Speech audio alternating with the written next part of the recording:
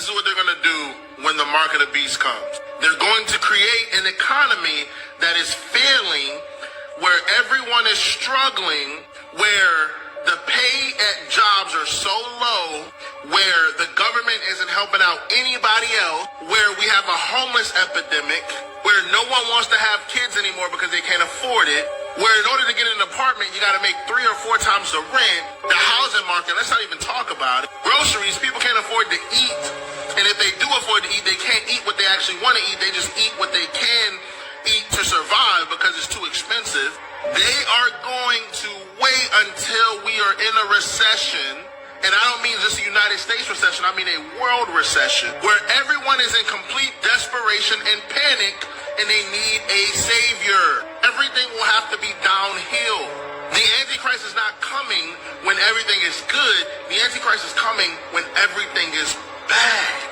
And when I say everything, I mean everything also monetarily is bad. And so whenever this guy comes and he offers everybody anything that they could ever want, any type of money, everyone's going to jump at it because we're going to be in desperation mode. I want you to think about the way humans act when their back is against the wall. Now, you mean to tell me that I can receive all the riches and everything like that? I can get whatever I want if I just take this mark?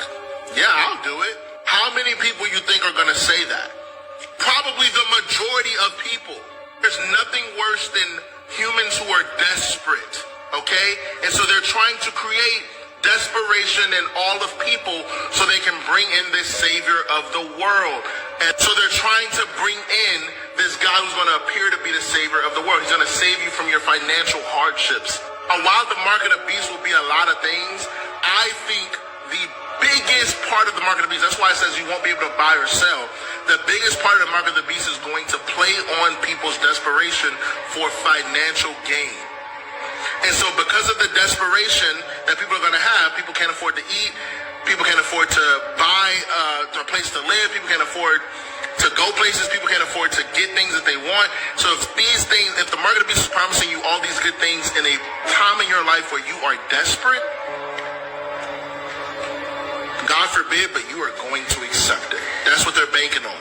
They're banking on humans' desperation equaling you accepting the mark of the beast and worshiping the beast in his image. We in June! They never talk about the nature of this CBDC. What is it actually going to look like? They never talk about that.